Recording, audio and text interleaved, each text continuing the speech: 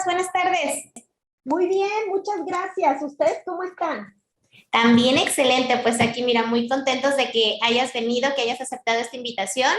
Tenemos aquí ya un montón de personas que se están conectando. Vamos a ver de dónde nos están acompañando rapidísimo. Vienen personitas a ver, díganme de dónde vienen, porque ahorita nos están saludando de buenas noches. De Puebla, tenemos personas de Puebla, Saltillo, Querétaro, Morelia, Zacatecas, Estado de México, Los Cabos, Saltillo, Ciudad, hoy que ya se me fueron un montón. Tijuana, Sonora, San Luis Potosí, prácticamente de toda la República Mexicana. Entonces, pues bueno, estamos muy contentos de que estén aquí con nosotros. Yo quiero presentarles Perdón, algo se paró ya de aquel lado. Quiero presentarles a Kenia. La verdad es que tiene un currículum muy interesante, es una persona muy preparada en su área y como siempre ya saben, aquí en Conta para Todos nos gusta invitar a las mejores personas, entonces pues estamos de verdad muy contentos de que estés aquí, Kenia. Gracias, gracias por la invitación. Te voy a presentar para todas las personas que no te conocen. Ella es la licenciada en Derecho Kenia Yasbeth Aguilar Cisneros. Ella es egresada de la Universidad de Guadalajara. Es maestra en Derecho con especialidad en Derecho Constitucional y Amparo por la Universidad de Guadalajara. Tiene un curso sobre sistema de pensiones en el Centro Iberoamericano de Estudios de Seguridad Social. Tiene también un curso en The US Legal System and the Mexican Oral Trials Course en la Universidad de Mason en San Antonio, Texas. Tiene una experiencia, actualmente ella es socia corporativa de MSN Consultores, de Carla Rojas, que seguramente muchos de ustedes ya la conocen también aquí, ha venido mucho con temas de seguridad social. También es académico activo en la Academia Mexicana de Derecho de Seguridad Social.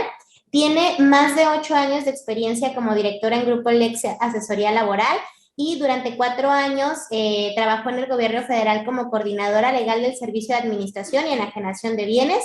Tiene también experiencia como docente en el ITESO, en el ITEMS, en ISEI, en Cámara de Comercio, Tegra Capacitación, Colegio de Contadores Públicos, Quality Trials.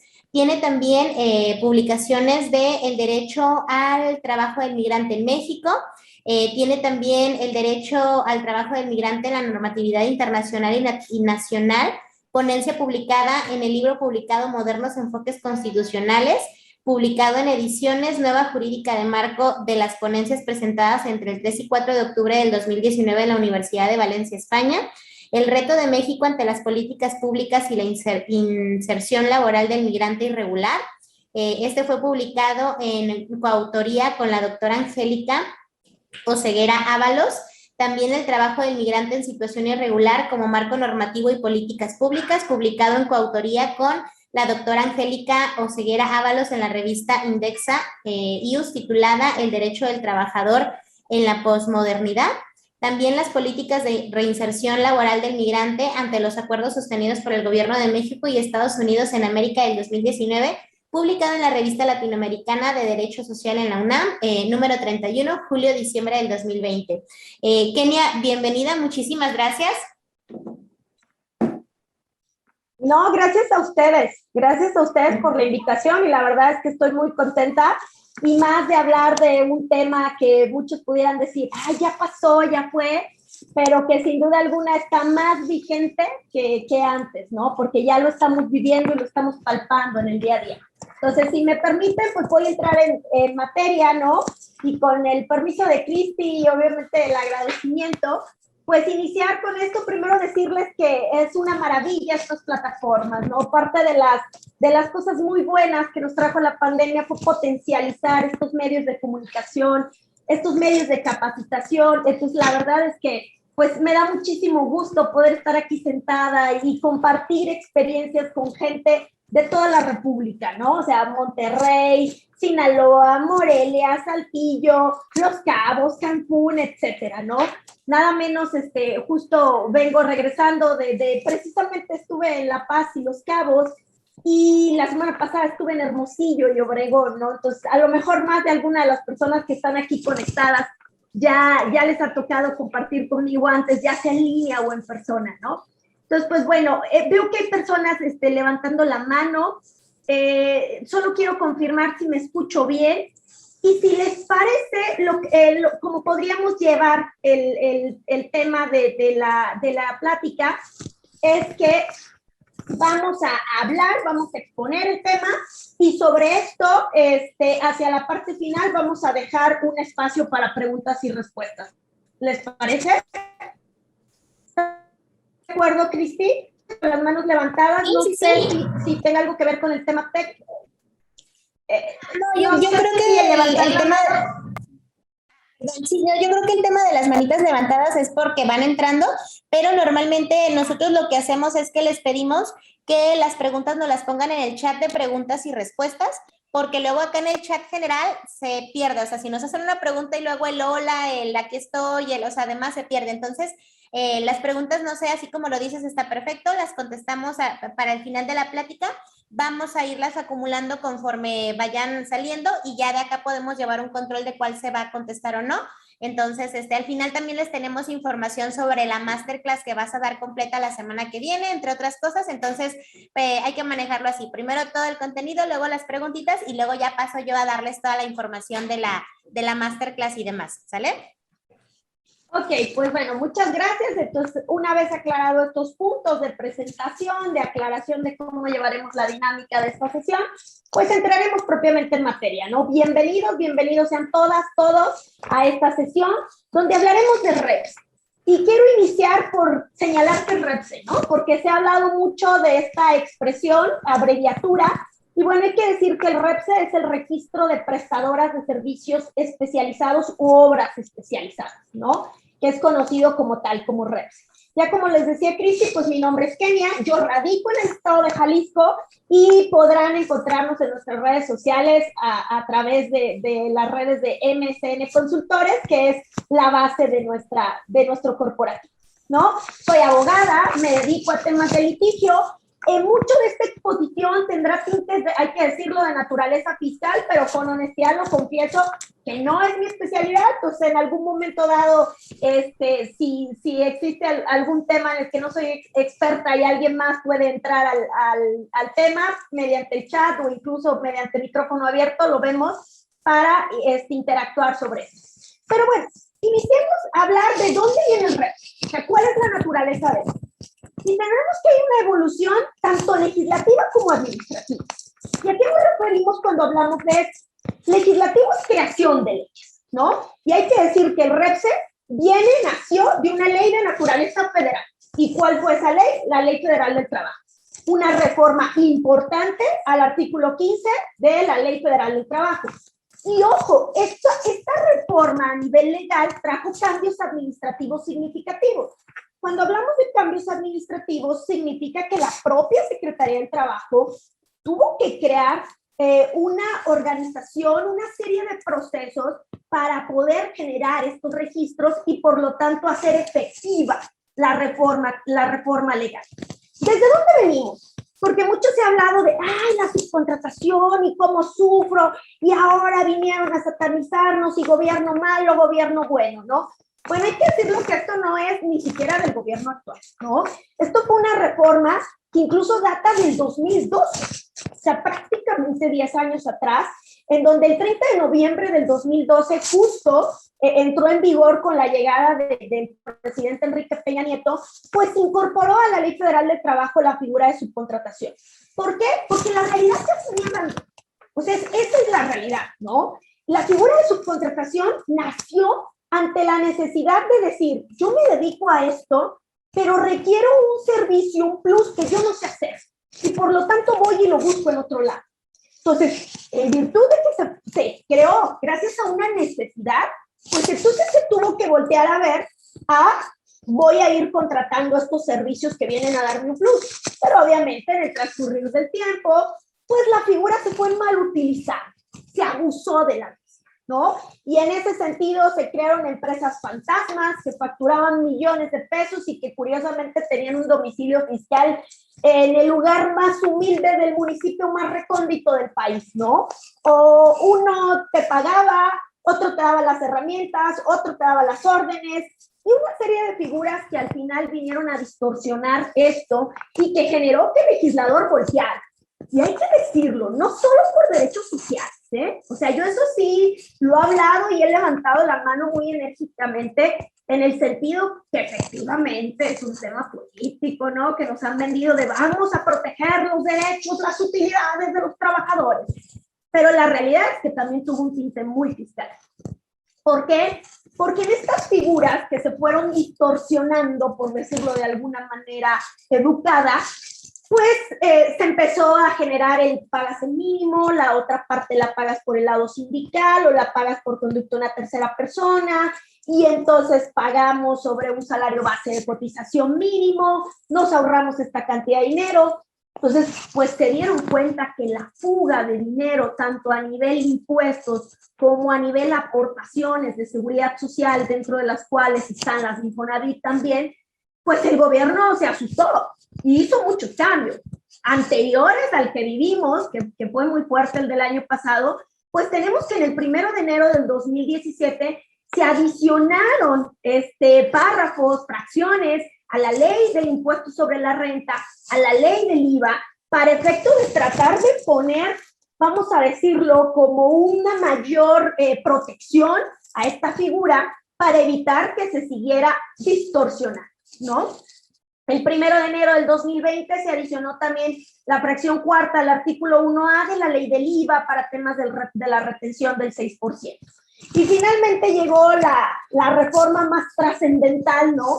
Que fue la del 23 de abril del 2021, en donde después de una lucha significativa entre gobierno, sector patronal, sector obrero, etcétera, y donde al final, hay que decirlo, se escucharon todas las voces, pues se generó una reforma donde la Ley Federal del Trabajo prohíbe la subcontratación. Y vamos a decirlo, prohíbe tajantemente la subcontratación, pero la subcontratación indebida, por decirlo de alguna manera. Ahorita vamos a hablar de las tres figuras de subcontratación, pero al final de cuentas, la que tiene que ver con tu objeto principal, con tu actividad preponderante, ya no puede decirle a pedir a otro de, oye, pues yo me dedico a construir, mándame albañiles. No, porque eso es a lo que tú te dedicas. Y a lo que tú te dedicas los tendrás que contratar de manera directa, ¿no? Ojo, ¿qué pasa con la subcontratación que, insisto, siempre ha existido? Que es la especializada, donde yo al final de cuentas sí requiero una empresa que venga y me dé servicios de publicidad, servicios de vigilancia, de comedor, donde requiero realmente un plus a mi actividad preponderante, a mi objeto social, pues eso sí lo vas a poder seguir haciendo, con ciertas reglas, con ciertas limitantes, pero lo vas a poder seguir haciendo, ¿no? Entonces esta reforma se publica el 23 de abril, tuvo ahí una vacatio legis en la que nos dio la oportunidad de decir, pues si estás mal, apúrale y corrígete y tráete a tus trabajadores que son propios. Si estás subcontratando verdaderos servicios con terceros, pues vas a poder seguirlo haciendo, pero bajo determinados lineamientos que ahorita vamos a analizar con prontitud, ¿no? ¿Qué pasa con esta reforma?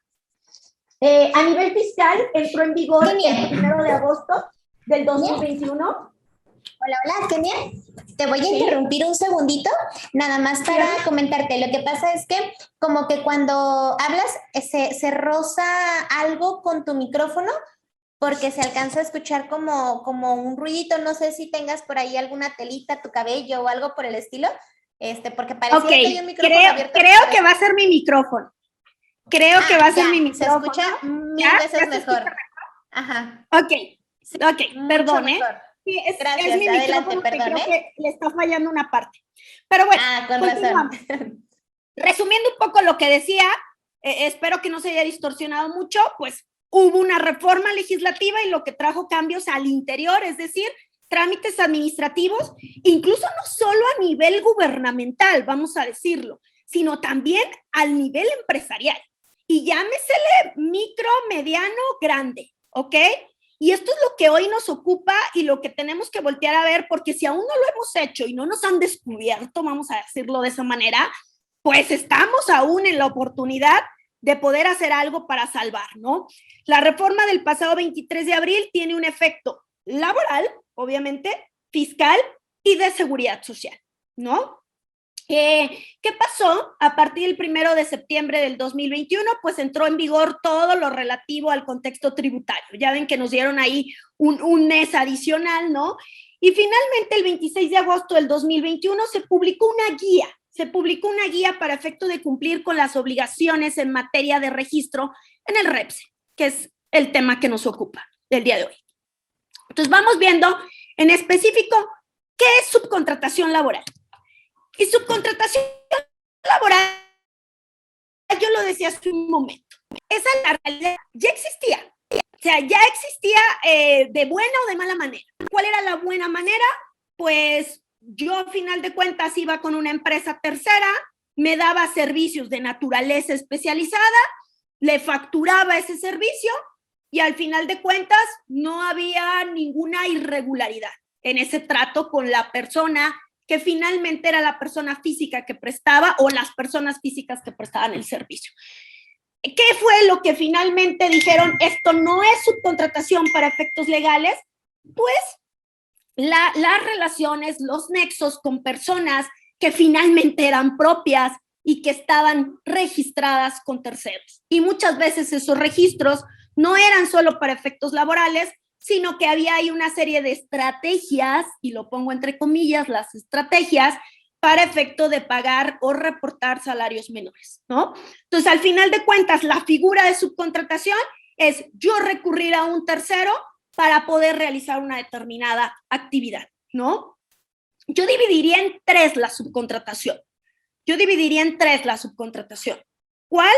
La subcontratación permitida, que es en la que viene a darme, insisto, un plus, una actividad adicional, algo que viene a proporcionarme una especialidad y por lo tanto a realizar mis actividades ordinarias de manera más eficiente por conducto de un tercero que se especializa en eso, ¿ok?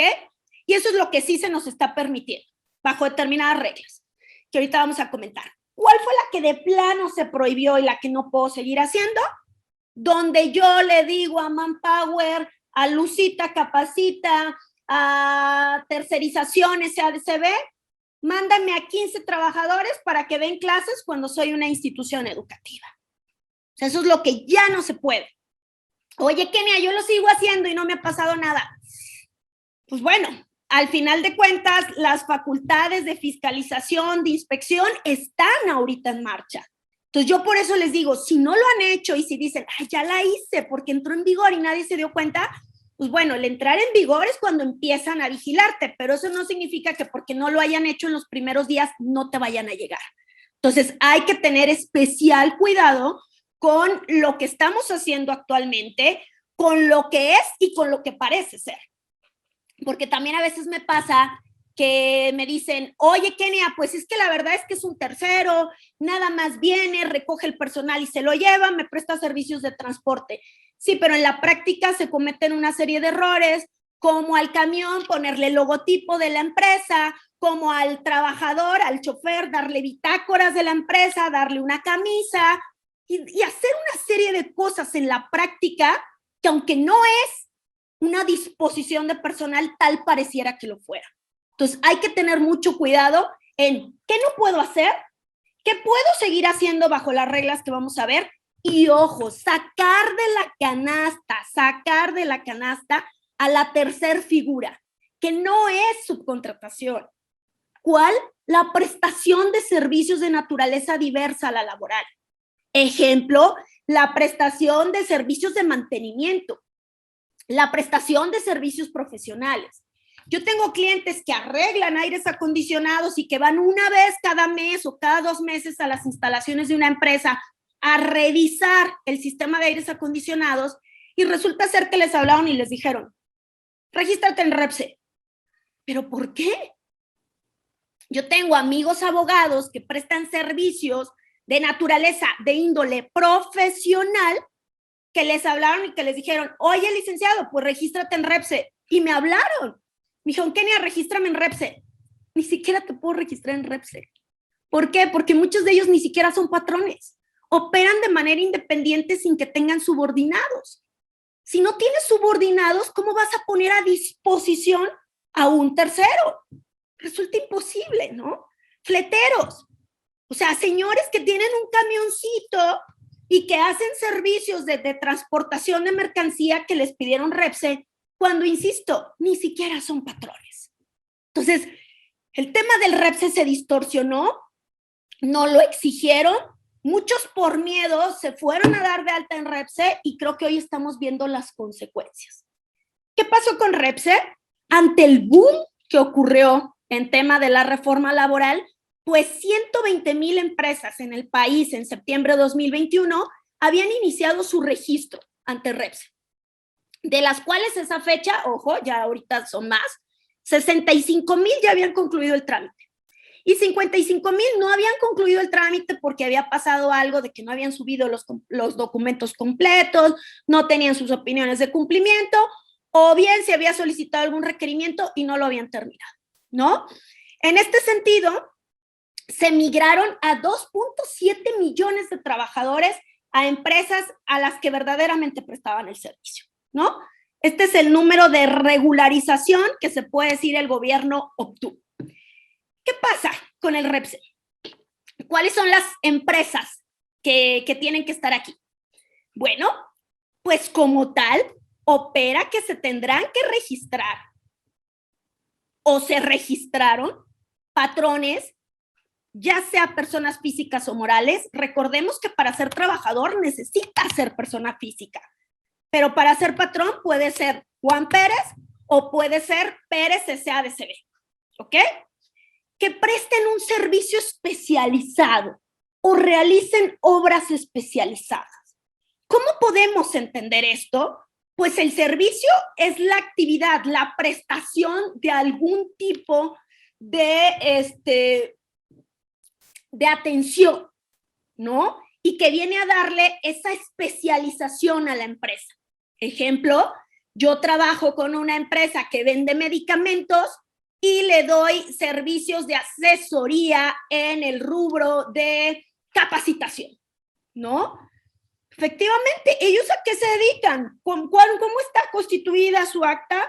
¿Cómo están registrados ante el SAT como actividad preponderante? Como compra-venta de medicamentos. En su objeto social no está la capacitación. ¿Pueden contratar una empresa que les preste sus servicios? Sí. Y es un servicio, como su nombre lo dice, de naturaleza especializada. Ojo, ¿dónde se veía también una distorsión terrible en este tema? Pues en cuestiones de obra. Y en cuestiones de obra me refiero a construcción, aunque no propiamente la obra es nada más construcción, ¿ok? Podemos hablar incluso de invenciones, podemos hablar de obras de naturaleza artística, etcétera. Entonces, ¿a qué se refiere? A servicios u obras. Pero no se nos olvide la palabra especializada. Ahí está la clave, ¿ok? Esa es la primer clave, que sea un servicio o una obra especializada y que deseen proveer de dichos servicios, dichas obras, un tercero. Sí, si yo realizo un servicio especializado y demás, pero al final de cuentas no estoy realizando en este momento, no tengo ningún contrato activo, pues no tengo necesidad de tener REPSE. Pero ¿qué pasa si sí tengo contratos activos, si sí estoy realizando un servicio especializado y si sí estoy poniendo a disposición personal? Porque, ojo, las claves son dos. ¿En qué momento tengo que estar registrado en el REPSE? Cuando realizo servicios u obras especializadas en favor de una empresa y cuando esos servicios los realizo a través de personas físicas que estoy poniendo a disposición del beneficiario, del cliente, ¿ok? ¿Qué pasa con las empresas que estén prestando estos servicios y que no tengan REPSE? ¿Ok? Oye, Kenia, pues la verdad es que yo no lo sabía. Yo no me preocupé por esta reforma, no me enteré. Y hoy en día, 17 de febrero del 2022, me estoy dando cuenta. ¿Aún estoy a tiempo? Sí. Sí, porque no fue un término que indicara preclusión. Es decir, que hasta ahí fuera y hacia adelante ya no se pudiera. No. Al final de cuentas, si hoy en día tú estás, o hoy en día apenas acabas de activar un contrato que implique otorgar un servicio, realizar una obra especializada, poniendo a disposición gente, claro que te puedes dar de alta, ¿ok? ¿Ok? Bueno, vamos bien. ¿Qué pasa si si soy una empresa de nueva creación? O si soy una empresa que estoy prestando servicios especializados. ¿Qué debo de hacer antes de siquiera abrir la plataforma de Repse? La plataforma de Repse, ojo, no es un trámite que tengas que ir a hacer de manera personal, que te tengas que ir a formar en la Secretaría del Trabajo y demás, no. El Repse nació en plena pandemia, ¿no? En un nuevo modelo. Y en ese sentido, todo se hace a través de una plataforma electrónica. Yo estoy prácticamente segura que muchos de los que hoy nos están escuchando, pues se dieron de alta y entonces conocen, están familiarizados con la plataforma. Pues ya vieron que en sí la plataforma era amigable. Lo problemático es que de repente, pues el tema informático llegaba a complicarse porque algunos archivos eran demasiado pesados, algunos no eran legibles y eso es lo que originaba una serie de problemas, se podría decir, en que se nos arrojara el folio de registro, ¿no? Y otro de los problemas que también se presentaron mucho al registrarnos en Repse y sobre todo en la época en que era mayor la solicitud de autorizaciones, que fue en julio-agosto, pues fue que muchas empresas no tenían sus opiniones de cumplimiento positiva. Para que yo pueda darme de alta en Repse, no tendré que ser la tiendita de la esquina, no tendré que ser la empresa mega endeudada con todas las autoridades fiscales del país. Tendré que ser una empresa seria, que está registrada, que está avalada y que tiene opiniones de cumplimiento ante el SAT, ante el IMSS y ante el Infonavit. Porque, insisto, esta reforma nace de la Ley Federal del Trabajo, pero tiene implicaciones fiscales y de seguridad social sumamente importantes. Oye, Kenia, no tramité el Repse, pero me lo siguen exigiendo. ¿O sabes qué? Sí lo tramité, pero no lo necesitaba. ¿En qué casos no aplica el Repse? Cuando no proporciones, cuando no pongas a disposición personal. Y ahí quiero invocar el concepto de relación de trabajo. ¿Por qué? Porque creo que el problema aquí o lo que se distorsionó es que no se entendió la naturaleza de la relación laboral. La relación laboral nace cuando una persona de carne y hueso, es decir, una persona física, me presta a mi empresa, a mí, Kenia Aguilar, como persona física, un servicio de naturaleza personal, subordinada y a cambio de un salario. ¿Qué significa eso? Que yo contraté a Juan y Juan viene todos los días a darme el servicio. Que Juan tiene un horario de trabajo. Que Juan cumple indicaciones. Que Juan tiene un correo electrónico mío. Que Juan está ahí en la empresa a la orden de lo que yo pueda disponer dentro del horario de trabajo. Y que a cambio de eso le pago una retribución. Oye, Kenia, la retribución se la pago bajo el timbrado de honorarios, comisión, remanente, participación, asimilado. No importa cómo lo timbres. Si al final se reúnen los otros dos factores, estamos ante la presencia de una relación laboral. Y si tú ahí sentadito tienes a alguien a quien te lo presta, vamos a decirlo, una tercera persona, pero se reúnen todos esos elementos en donde está subordinado a tu favor, en donde tú le das las órdenes, pues entonces tendremos que analizar la viabilidad de esa contratación. Si realmente es tu trabajador directo, si está trabajando en tu objeto social preponderante, o si finalmente es realmente alguien que viene a dar un servicio por conducto de terceros, pero que está ahí, a tu disposición.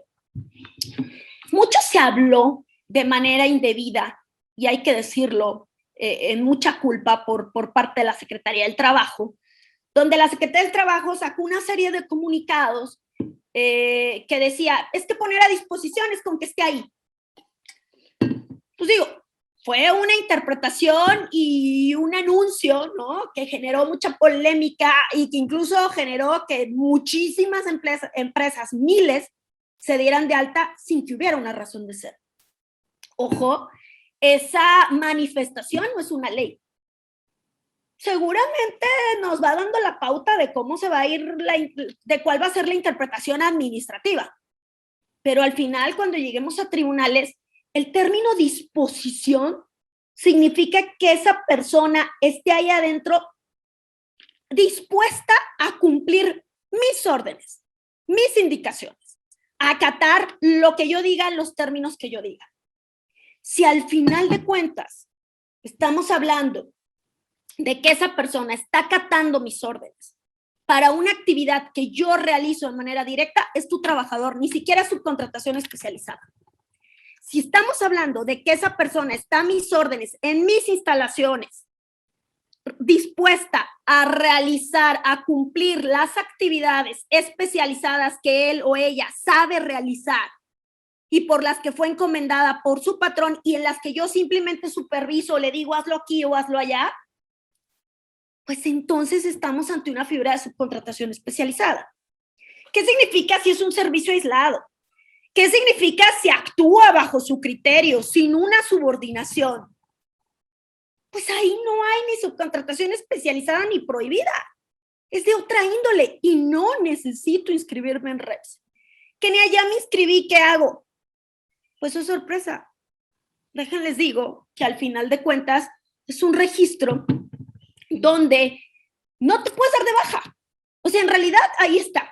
Y al día de hoy no hay un procedimiento contemplado que indique el cómo me puedo dar de baja. Oye, y tengo obligaciones al estar dado de alta y no tener contratos activos o descubrir que me equivoqué y que no me aplicaba. Pues bueno, en teoría, se diría que no. Sin embargo, por un tema preventivo y por cómo están las inspecciones, lo que estamos recomendando es, pues, reporta cuatrimestralmente que estás en ceros, que no tienes contratos activos, ¿no? Pero al final de cuentas, aquí es muy importante tener claros en qué casos me aplica y en qué casos no. Y ojo, también algo bien importante, que ni así me aplica.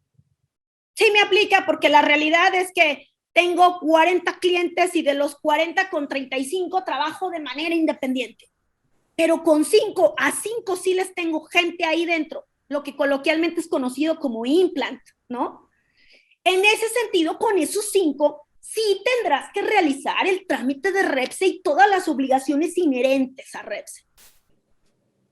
Con los otros 35 no, porque no estás teniendo esa figura, ¿ok? Muchos pensaban que por darse de alta en REPSE automáticamente les aplicaba para la totalidad de las empresas con las que trabajaban. No, sería ilógico. Ahí les va nuestro ejemplo.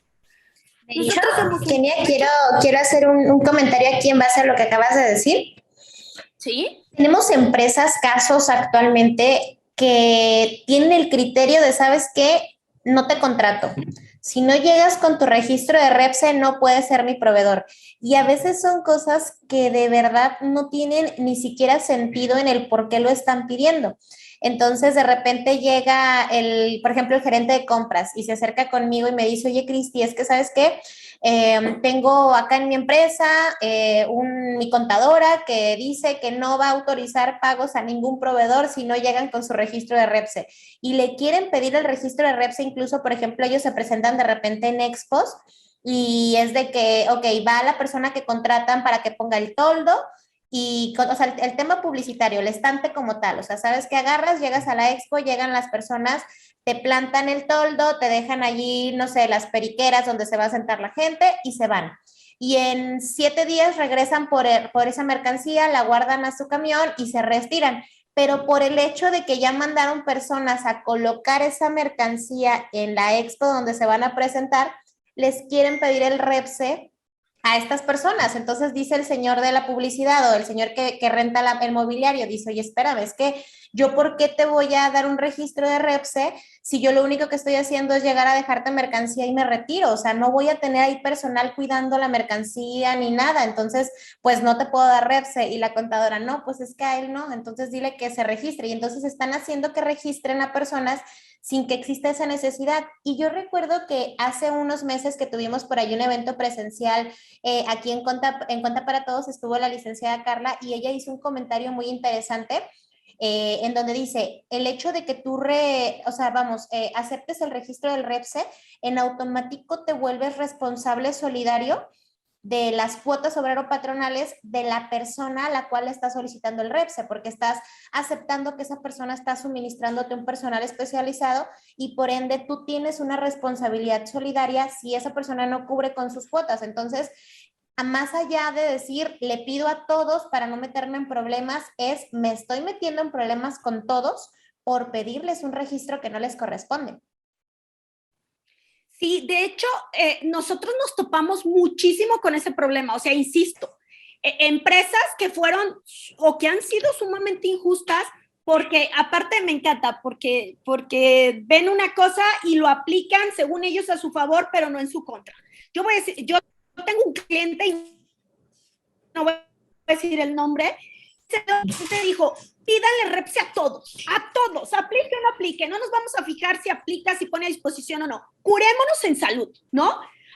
Pero cuando a ellos les pedían REPSE, era no, ¿cómo crees? No, yo no. Entonces, yo en las reuniones con los abogados corporativos internos les decía, bueno, a ver, es que estamos utilizando un ojo con una visión y otro con otro. Entonces, efectivamente, muchos lo que hicieron fue, pide REPSE sin fijarte si aplica o no, porque como es un parámetro tan técnico, el del servicio, obras especializadas y poner a disposición, es tan técnico y sí reconozco, la línea puede ser sumamente delgada, que las empresas dijeron, no, mejor pídeselos a todos, pero en ese momento no se dieron cuenta de la complejidad que implicaba el solicitar el REPSE a todos. ¿Por qué? Porque, ojo, yo podría decir que en temas de obligaciones tiene más obligaciones el que recibe el servicio que el que lo presta. Entonces, hoy en día, si lo que hiciste fue, y sobre todo las transnacionales eso hicieron, giraron oficios de pídele REPSE a todo mundo, así vaya una vez al año a tu empresa a montarte el servicio de la posada, ¿no? Entonces, pues lo hicieron, muchos dijeron, me tengo que dar de alta, Kenia, porque ese cliente implica el 70% de mis ingresos. Entonces, sí, porque sí. Entonces, se dieron de alta, pero hoy en día están viviendo las consecuencias. Insisto, no solo una parte, sino la otra. Y más allá de eso, vuelvo al punto, a lo mejor muchos se pudieron dar de alta. Dijeron, pues ni modo, me aplica o no me aplica, ni modo, me voy a dar de alta. Pero muchos otros ni siquiera pudieron. ¿Por qué? Porque para darte de alta necesitabas ser patrón. Entonces, vuelvo al ejemplo claro de fletes. El señor, tengo clientes que se dedican mucho a temas de logística y que le llaman hombre camión, ¿no? O sea, el señor que tiene su propio camión y que lo opera por su conducto, no tiene trabajadores. Pues ese señor quedó fuera del plano comercial porque simplemente no puede tener REPSE. ¿Por qué? Porque si no tiene trabajadores, ¿cómo va a poner a disposición a alguien? Él presta servicios de naturaleza diversa. Entonces, he aquí donde yo les digo, ¿qué hicimos? ¿O qué no hicimos? Para poder voltear hacia atrás.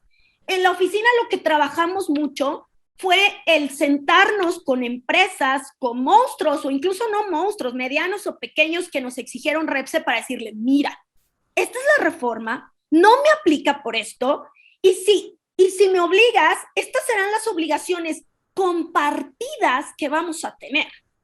Entonces, logramos a través de ciertas notas donde incluso contractualmente se pactó que el que prestaba el servicio se comprometía en caso de cualquier tipo de conflicto a defenderlo en tribunales o ante las autoridades que correspondiera para efecto de acreditar que no había un REPSE o un registro que fuera de naturaleza innecesaria. A muchos los convencimos, a muchos no, también habrá que decirlo, ¿no? Con honestidad. Pero hoy en día, insisto, hoy en día que ya está operando, que ya tenemos plataformas como el ICSOE, el CISUB, pues ya están viendo que no era nada más pedir REPSE por pedir, ¿no? Entonces vuelvo al punto. Si yo no estoy poniendo a disposición personal, si es aquellos donde simple y sencillamente viene a suministrarme los bienes, a suministrarme los materiales, pues no estoy obligado. Si entré al centro de trabajo a dejarlo, pero no estoy poniendo a disposición personal. Entonces, hay que entenderlo muy claro. La disposición de personal se configura en uno o varios trabajadores que llevan a cabo los servicios especializados, es decir, están ahí adentro, dentro de un espacio o centro de trabajo distinto a aquel con el que guardan una relación laboral. O sea, efectivamente, vuelvo al ejemplo, MCN Consultores, tiene sus abogados y todos operamos en una determinada oficina. ¿Qué pasa si un cliente me dice, yo necesito un abogado las 8 horas del día aquí porque tengo una movilidad impresionante?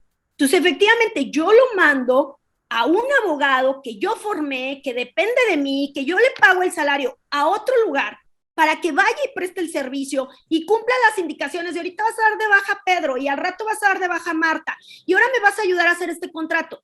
Efectivamente, ahí hay una disposición. Y no porque yo tengo un contrato donde esté poniendo a disposición significa que con mis otros 30 clientes automáticamente aplica. Ojo con eso, ¿no? ¿Qué pasa con la temporalidad? Estamos hablando que se pone a una persona a disposición cuando estamos hablando de una naturaleza permanente, ¿no? Indefinida, más no periódica. Si estamos hablando de una cuestión que es periódica y que estoy hablando periódica de una naturaleza de revisión, lo que les digo mucho, fumigaciones se dio, reparaciones de aires acondicionados, pues ahí no aplica, ¿no?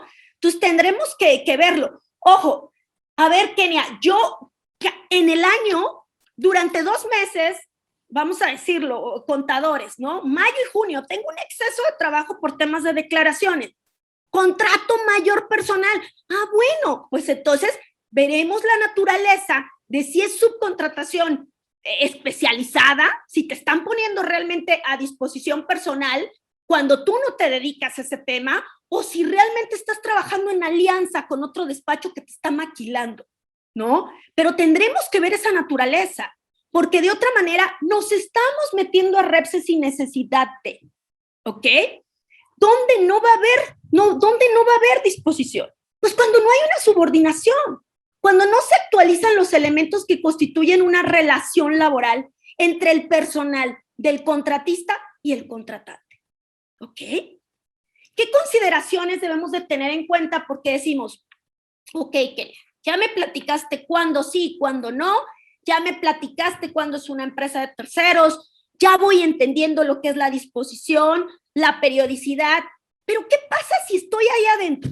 Y si estoy bien, porque la verdad es que sí pongo a disposición personal. Yo soy una empresa, por ejemplo, tenemos un cliente en Sonora que presta servicios de soporte técnico en computadoras, en informática. Entonces, ¿qué hace? Con muchos clientes trabaja de manera aislada y va y les presta el servicio una vez al mes. Pero con otros sí tiene implant. O sea, sí son tan grandes que necesitan ahí una persona de apoyo en tema informático.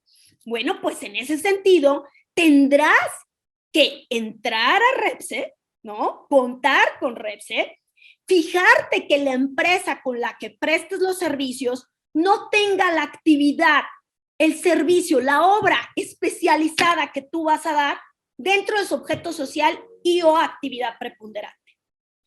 Oye, ¿quién es que mi objeto social tiene 55 cosas? Y va desde hacer una pluma hasta una aeronave. Pues es que desde ahí ya partimos mal, ¿no?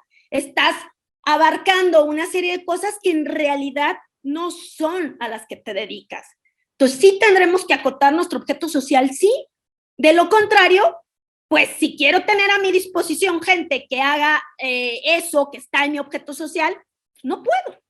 En estricto sentido no puedo. Entonces lo primero que tendré que hacer, si quiero contratar un servicio especializado o brindar un servicio especializado, es revisar el objeto social y la actividad preponderante. Obviamente, se tiene que contar con un REPSE, es decir, con un registro que se realizó o se tuvo que agotar ante la Secretaría del Trabajo y Previsión Social, que fue la Secretaría, la dependencia autorizada para arrojarnos este folio. ¿Qué pasa? El contratista debe contar con la documentación correspondiente al cumplimiento de sus obligaciones tributarias y de seguridad social. Sí, para haberme dado de alta en REPSE, tendré que estar al corriente de esto. Ojo, ya obtuve mi REPSE. ¿Es permanente, Kenia? No. Se va a renovar cada 3 años. Oye, pero si ya lo tengo, ¿puedo hacer maldades durante estos 3 años? No, porque se te va a estar revisando, ¿sí? Y en cualquier momento se te puede dar una cancelación. Entonces, es importante que si ya estás dentro de ese padrón, pues conserves por lo menos los requisitos mínimos que se te pidieron para acceder, ¿no? Que es el cumplimiento de todas las obligaciones laborales, fiscales y de seguridad social. Ahora, hago un contrato de palabra pues, con mi cuate, al que le presto servicios de logística, al que le presto servicios de vigilancia, servicios de soporte técnico, de, no sé, el servicio especializado que puedan ustedes visualizar de acuerdo a las empresas con las que trabajan, ¿no? Pues oye, los contratos de manera verbal, no, deberá ser un contrato por escrito, ¿ok? Y ese contrato propiamente es un contrato de prestación de servicios especializados o obras especializadas con disposición de personal. ¿Qué se deberá de incluir de ambas partes en el contrato? Pues las generales, nombre, la denominación, la razón social, el RFC, el domicilio social o convencional en caso de ser distinto al fiscal. Esto es importante, ¿no? Porque hay ocasiones en que tenemos nuestro domicilio fiscal en un determinado lugar, pero en otros donde estamos operando o en donde finalmente va a ir ese personal. Entonces tendremos que registrarlo, los datos de contacto, etcétera. Se deberá de acompañar una copia simple del registro emitido por la Secretaría del Trabajo o en el contrato, lo que sí también se debe de agregar el folio que se nos haya dado, ¿no? Algo importantísimo en los contratos que celebremos es que pongamos el objeto. ¿Qué va a ser? Sí, tengo que acreditar la naturaleza especializada. ¿Qué periodo va a durar? ¿No? ¿Cuáles son los trabajadores que van a estar sujetos a una disposición por parte del contratante? ¿Ok? ¿Qué tengo que poner? Pues el nombre, CURP, número de seguro social, salario base de cotización, nombre y RFC del beneficiario. Ojo, cuando sale la reforma propiamente, ¿no? La Ley Federal del Trabajo nos dice, se deberá de poner el número aproximado de trabajadores que se pone a disposición. Sin embargo, si nos vamos ya a las reglas propiamente o a las cuestiones que se nos están impidiendo en las plataformas que nacieron a raíz del REPSE, pues ya se nos están pidiendo datos mucho más especializados por parte de los trabajadores. Entonces, más vale ser específicos y no dejarlo tan abierto para desde ese momento tener claro quiénes son los que van a estar a nuestra disposición. Oye, Kenia, con el pasar del tiempo hubo cambios, pues te los tiene que reportar. La empresa que te provea de personal para realizar servicios especializados o horas especializadas tendrá que informarte esos cambios para efecto que tú lo puedas estar reportando en las plataformas respectivas y cumpliendo con tu obligación mensual de solicitar los informes a la empresa de pago de salarios, impuestos, aportaciones de seguridad social, ¿ok? Porque recuerden, la obligación del beneficiario es pedirlo cada mes. Sí, reportarlo en las plataformas cuatrimestralmente, pero de solicitarlo es cada mes, ¿no? Entonces, ojo, ¿cuáles son las obligaciones del contratista? Debe de entregar al contratante copia del SFDI de nómina de los trabajadores que puso a disposición, la declaración de entero de las retenciones de ICR, la declaración y pago de IVA. Ojo, estamos hablando de pagos, no nada más de las constancias que nos reflejan el número de, sino que se tiene que acreditar que el IVA fue trasladado, es decir, que fue pagado, así como también el pago de las cuotas obrero-patronales ante el IMSS y ante el Infonavit. ¿Cuál es la sanción? ¿Qué pasa si yo no cumplo? Bueno, pues efectivamente puedo tener una infracción, una multa de 150,000 a 300,000 pesos. Y muchos dicen, me la aviento, lo pago. Sí, por cada obligación. ¿Ok? Ojo con eso, de cada obligación. Hay consecuencias importantes y la verdad es que es una reforma trascendental que vino a tratarnos de cerrar todas las puertas en el sentido laboral y fiscal e incluso, además de multas que como ustedes pueden ver aquí, inmensas, ¿no? Que pueden ir desde 179,000 pesos, pueden llegar a 4,5 millones de pesos, ¿no? ¿Por qué? Porque falsa información, porque la realidad es que no estoy realizando las operaciones con apego a la reforma, de manera intencional o por ignorancia sigo prestando servicios que en realidad no son especializados y que forman parte del objeto social, estoy pasando información que en realidad no reporta el pago de las aportaciones, el pago del IVA. Pues entonces en ese sentido, además de las multas, podemos caer en un delito. Y cuando hablamos de delito, estamos hablando de prisión de privación de la libertad. ¿Qué delito puede llegar a configurarse al utilizar esquemas simulados en temas de REPSE, de subcontratación de personal? Pues una defraudación fiscal calificada, ¿no? Entonces, aquí habrá que tener mucho cuidado, porque, insisto, estas multas son inmensas y pueden acabarnos. Y ojo, estoy de acuerdo en que la autoridad pensó en acabar, vamos a usar un término coloquial, a los malos. Ok, quiso acabar con los malos, pero al final de cuentas, estas disposiciones que llegan a ser tan técnicas, pues pueden llegar a acabar con negocios familiares que quizás por un desconocimiento, por una falta de información, pues estén incumpliendo con la ley. Entonces, yo les puedo decir, hoy en día, a prácticamente cinco meses de entrada en vigor esta reforma, pues que tendremos que informarnos, que si es, tendremos que alinearnos. Si no es, también tendremos que alinearlos, porque si no es, con más razón. Si no es, tendrá que parecer que efectivamente no es, ¿no? ¿En qué sentido? Contractualmente y operacionalmente. No es un trabajo de un solo momento de ya hice mi contrato, ya no hago nada. No, es un trabajo del día a día, en donde tendré que efectivamente defender la naturaleza del tipo de contratación de que estoy hablando, de directa, especializada o de naturaleza diversa que no cae dentro de la reforma. Es especializada cumplir con todo esto.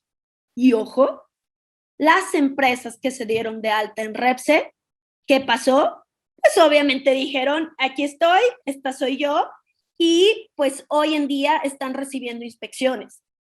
De hecho, efectivamente se emitió un acuerdo de seguimiento para visitas a empresas que se registraron en REPSE. Entonces, hoy en día, si te diste de alta, pues no es solamente todas las cargas de las que estamos hablando, sino que al final de cuentas, lo que está ocurriendo es que ya está siendo objeto de inspección por parte de las autoridades. En específico, yo les puedo decir que conozco las inspecciones de naturaleza laboral que ya se están dando y que en ese sentido están acarreando un dolor de cabeza inmenso para las empresas, que muchas hoy se preguntan, ¿por qué me registré? ¿No?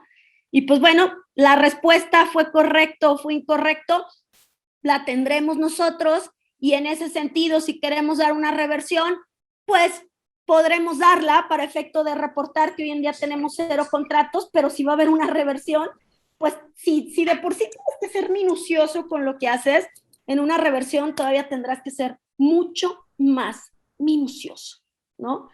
Y pues bueno, yo de esa manera concluyo a grandes rasgos lo que es REPSE, ¿no? La verdad es que sí, falta tiempo, porque es un tema sumamente amplio, interesante, cuestiones de supuestos que me han llegado a plantear de tengo esta obra, pero esta me da las herramientas, esta me da los trabajadores, una serie de esquemas que a lo mejor en la operación se dan y se dan de manera correcta, pero que obviamente la ley no previó y satanizó, y que hoy en día nos dejan una situación complicada, ¿no? Pero bueno, pues para seguir hablando de REPSE, yo los invito, como bien lo decía Cristi, a la masterclass, donde de manera más directa podremos seguir hablando de esto, podemos analizar supuestos en específico y ver al final de cuentas qué podemos realizar, ¿no, Cristi? ¿Qué te parece si respondemos un par de preguntitas, unas 4 preguntitas?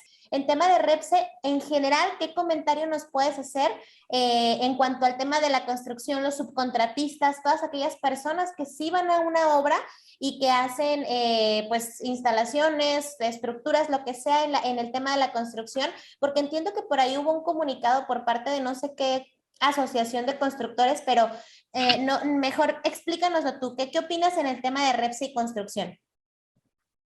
Miren, dar una respuesta general sobre construcción sería muy aventurado, ya que se tienen que analizar los supuestos en específico, ¿no? Efectivamente, donde creo que se ha dado una distorsión mayor y donde la Cámara de Construcción incluso se tuvo que manifestar tratando de hasta cierto punto rebelarse un poco con el gobierno diciendo no nos aplica, ¿no? Habrá que decirlo que tendremos que analizarlo más a detalle. ¿Por qué? Porque, por ejemplo, yo realizo una construcción y yo realizo la parte de los cimientos, ¿ok? Pues bueno, al final de cuentas, yo puedo contratar ese servicio como un servicio especializado porque yo soy una empresa que se dedica a detallado, entonces no sé hacer los cimientos, entonces lo puedo como un servicio especializado y los trabajadores serán directamente de esa empresa. ¿Ok?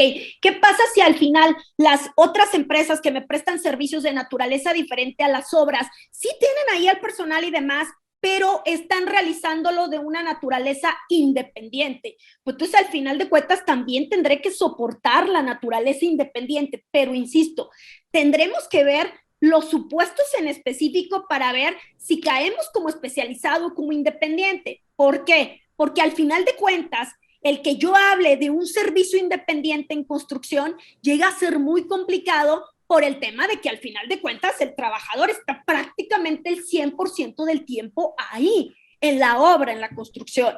Entonces, ¿el me aplica o no me aplica? Insisto, sería muy aventurado. Yo en términos generales podría decir que la mayoría de los supuestos está aplicando la subcontratación, ya sea de naturaleza especializada o directa en construcción, y en algunos otros casos de naturaleza especializada, pero tendríamos que verlo muy en específico respecto al tiempo que el trabajador está ahí, respecto a la naturaleza que tiene, a si existe o no una independencia, una disposición, al cómo se van dando las partes incluso relacionadas. La realidad es que a mí me tocó trabajar con una constructora muy grande donde se analizó esta figura y donde pudimos ver que en ciertos supuestos sí cabía. Son mis trabajadores, ellos están construyendo y están levantando lo que es mi objeto social. En otros estoy contratando un servicio meramente independiente y una prestación donde vienen a colocarme las barras, ¿no? Vamos a decirlo, las barras de luz. ¿Lo puedo manejar como un servicio independiente? Sí. Pero hay otro en donde al final de cuentas vienen a darme un servicio especializado que es el de detallado y están aquí, van a estar aquí metidos 3 meses. Bueno, entonces es un contrato de servicios especializados donde al final la gente sí está a disposición porque está dentro de tus instalaciones. Pero insisto, ahí sí yo recomiendo que en temas de construcción, ante lo delicado y ante lo evidenciado que está la construcción para las autoridades, yo sí recomiendo una asesoría especializada para que cada caso pueda verse y encontrarse la mejor solución para cada una de las partes involucradas en el proceso. Es correcto. Tenemos otra preguntita sobre un punto que creo que es importante solamente aclarar porque creo que la respuesta es más que obvia, pero las empresas de seguridad privada. Yo creo que aquí en el 100% de los casos aplica un registro de REPSE, ¿verdad?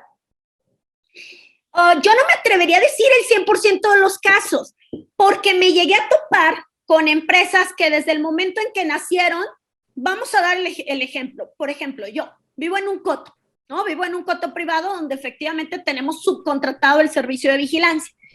Pero a la hora de revisar la escritura constitutiva, pues cuando se constituyó el coto, insisto, toda empresa cuando iniciamos y más con el espíritu emprendedor que tenemos, ¿no? Pues, es que ahorita estoy vendiendo 3 pesos, pero yo sé que el día de mañana voy a vender 300 millones y entonces, pues si hoy hago una cosa, el día de mañana puede ser que esté potencializándolo y haciéndolo 1000 cosas. Entonces, muchas veces me encontré que hasta en el objeto social tienen vigilancia. Entonces, ojo, si lo tienes ahí, no lo podrías subcontratar, ¿no? En un término general, los servicios de vigilancia vienen a ser un servicio especializado en un término general. Pero ¿qué pasa si yo, empresa, me dedico a cuestiones de seguridad? Pues no los puedo subcontratar, son míos. ¿Qué pasa si yo, por un error, cuando fui con mi notario, le dije, ponle todo? Pues, ¿qué crees? A lo mejor le puso eso.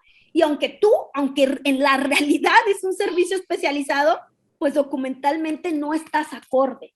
Entonces, ahí es cuando les digo, al final de cuentas, se agradecen este tipo de cursos, ¿no? Donde nos va dando la luz, pero al final de cuentas, para ya poderlo estructurar o bajar, tendremos que analizar nuestro supuesto muy en específico y de manera muy detallada, checando nuestra escritura constitutiva, nuestro registro en el SAT, lo que ellos hacen, el cómo vamos a partir, para de ahí tomar una decisión que vaya a ser la política de la empresa en el sentido de contratación de servicios especializados o contratación de servicios de naturaleza profesional o comercial.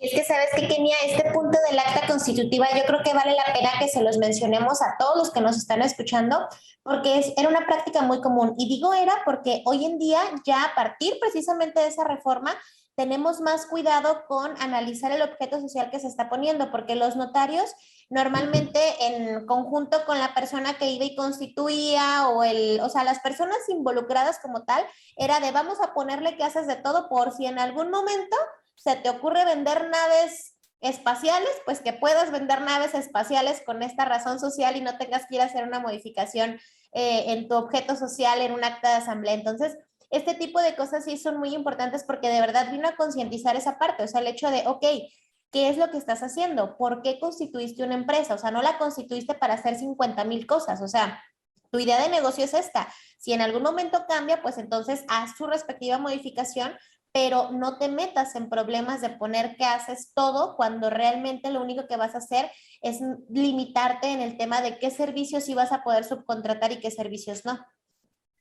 Es correcto, es correcto. Ojo, hoy en día más que nunca tendremos que tener acotados nuestro objeto social. Incluso lo que yo recomendé a muchos clientes es, oye, pues al final de cuentas, en una empresa te dedicas única y exclusivamente a temas de asesoría legal. En otro te dedicas a temas de seguridad social, en otros de dictamen. Pues al final de cuentas, tienes 3 empresas que los 3 objetos sociales tendrán que estar destinados al fin preponderante para el que creaste esas empresas. Entonces, no trates de poner, vamos a decirlo de alguna manera coloquial, todos los huevos en la misma canasta, ¿no? O sea, tendrás que diversificar cada una de las empresas para que puedas tener a tus trabajadores directos y a tus trabajadores de naturaleza especializada, ¿no? Si yo tengo que estar haciendo los registros del REPSE, tengo que cobrar más caro el tema del honorario, híjole, pues dime tú por lo menos, digo yo, por lo menos nosotros acá en el despacho sabemos que no tenemos como tal especialidad en seguridad social porque cada área es muy especializada y en MSN Consultores se distinguen por ser de los principales especialistas en materia de seguridad social. Y sí me gustaría que desde tu punto de vista les dijeras a las personas que están aquí, o sea, la importancia de este tipo de especialización que tú tienes y que por supuesto derivó en un boom y en un pico de trabajo en los meses pasados y seguramente va a seguir aumentando en los siguientes por este tipo de información tan especializada que se requiere conocer para poder dar una buena asesoría y para poder conocer precisamente qué es lo que la autoridad nos está pidiendo, porque al final de cuentas es una especialidad. Yo soy especialista en fiscal, pero seguridad social es un área totalmente diferente y ahí es donde entran ustedes. Sí, yo diría de si cobrar más caro o no, híjole, es que depende. Si al final de cuentas, voy a ser bien honesta, si al final de cuentas eres o eras una empresa que no cumplías con tus obligaciones y todo esto te está generando un movimiento, ¿no? Donde al final de cuentas tienes que modificar salarios, por consecuencia incrementar todo tu gasto social, etcétera, pues yo te diría, tú sí vas a tener que aumentar costos. Pero si al final ya eras una empresa bien constituida y bien hecha, pues te implica un cambio administrativo que yo consideraría que no implicaría un cambio mayúsculo en honorarios, pero ya sería una cuestión de revisarlo. Sobre todo, si hablamos ya en específico de las obligaciones que nacieron, sobre todo de manera cuatrimestral, de reportar con o sin contratos activos, pues aquí yo sí diría que si al final de cuentas, ante ser una disposición tan nueva, prefieres tener una asesoría independiente, hay que decirlo, ¿no? Que te pueda brindar el conocimiento de estas plataformas específicas, pues ya efectivamente puedes recurrir a un despacho especializado en el cual agradezco a Cristi que nos nombre, en el cual MSN nos dedicamos también a realizar este tipo de servicios y pues que obviamente ponemos a sus órdenes, ¿no? Yo de antemano, Kenia, te doy las gracias de verdad por esta plática que nos diste el día de hoy. Y al contrario, les agradezco su atención y su tiempo y que pasen buena noche. Saludos.